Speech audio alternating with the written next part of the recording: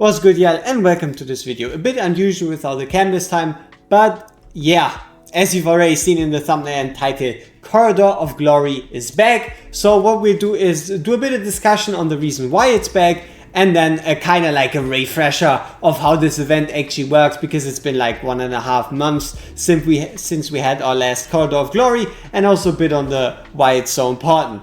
But yeah, basically Corridor of Glory is back, and now let's get a bit into like a theories. So theory number one, because we had Christmas, because we had so many events back to back from the Wukong event and the Christmas event and all that, we gained so many skill crystals that the developers didn't think it was necessary to also provide a Corridor of Glory on top of all the other events we already had with the login rewards and the different presents and all that stuff. So number one would be, we had so many events and got so many skill crystals anyway, it would have been a bit too much having Corridor of Glory.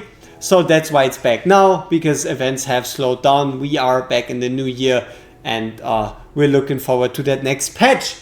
And then obviously theory number two, that we as a community made enough noise on Discord, Reddit, YouTube videos to collectively bring it to the attention of the devs that we are actually running out of skill crystals. But yeah, that's kind of the thing, right? Real quick, after you heard my two theories, let me know down in the comments below. Do you think it's either A, we had too many Christmas events, or B, the community theory why Corridor of Glory is back? Or if you have a better theory that I didn't name, feel free to let me know down in the comments below to see if I might be foolish and blind. Skill crystals have been the same ever since. Skill crystals are the resource holding everyone back, because the prices for skill crystals in the real money shop are atrocious. I think the best pack that's like most available all the time is like 25 euros, dollars, whatever per skill crystal, which is quite a lot. Obviously there's cheaper packs and whatever, and there's better ways to get skill crystals with every weekly reset, but it just doesn't quite allow you to keep up with the amount of heroes released. Like for example, you have a skill crystal here, you have one here. Technically, can you get one here? No, you can't. And then obviously you have your awakening shop crystal, which is like bi-weekly. Bi-weekly you can get one there. Here's none. So overall you could say you have like 3 and then 4 and then 3 and then 4 and then 3 and then 4 skill crystals. The rest is pure RNG, be it from Guild Boss 1, Guild Boss 2, whatever the way it is, right?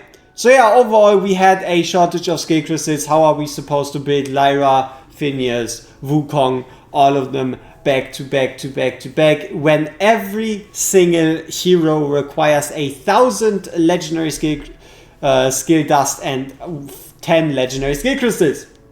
So yeah, basically the event is back. Let's have a look at what it was all about. So first off, we have obviously right here the way it was initially, or basically the way it's probably going to come back. Obviously there's no guarantees, but I think it was only for summon events, right? But yeah, this is a Corridor of Glory. It might not be exactly the version of the Corridor of Glory that we get, but the base stays the same. 10,000 points equals 2 legendary skill crystals. Obviously you get like 300 legendary skill dust, some summons, some gems, auto fights, whatever in between. But yeah, the way it works, obviously top left the description: level up, star up, promote or upgrade heroes to win trophies and redeem rewards. Now, how exactly were these rewards actually working?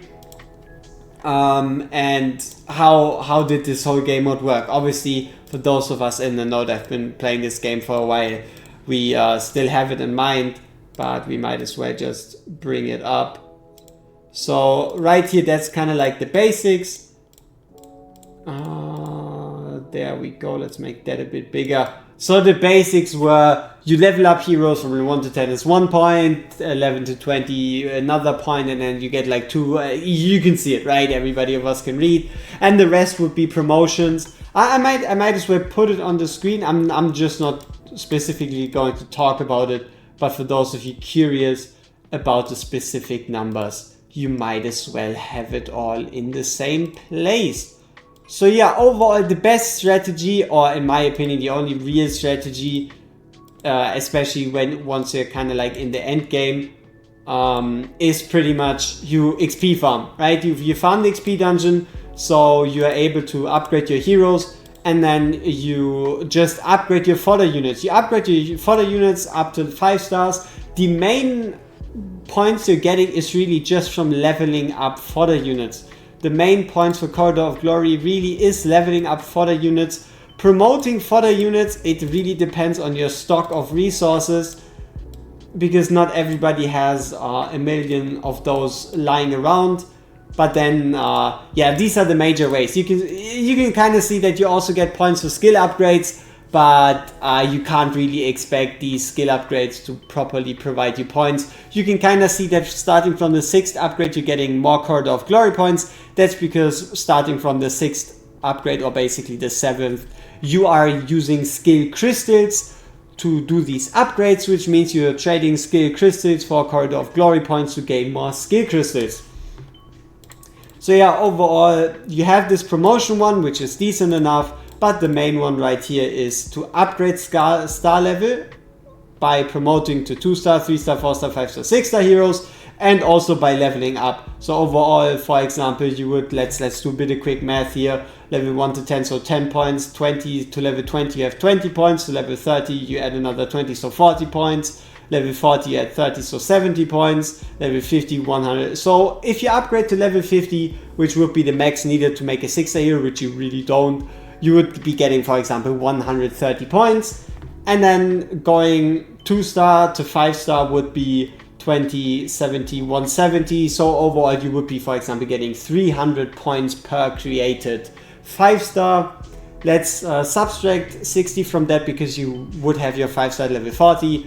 So overall 240 points per created 4-star,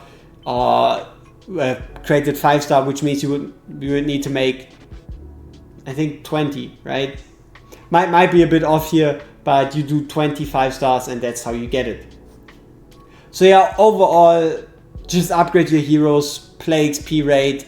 If you're desperate for skill crystals, this is the event to grind. If you need those skill crystals and you have your weekly shops built out, just spend the stamina on XP, especially with the potential changes to gear rates.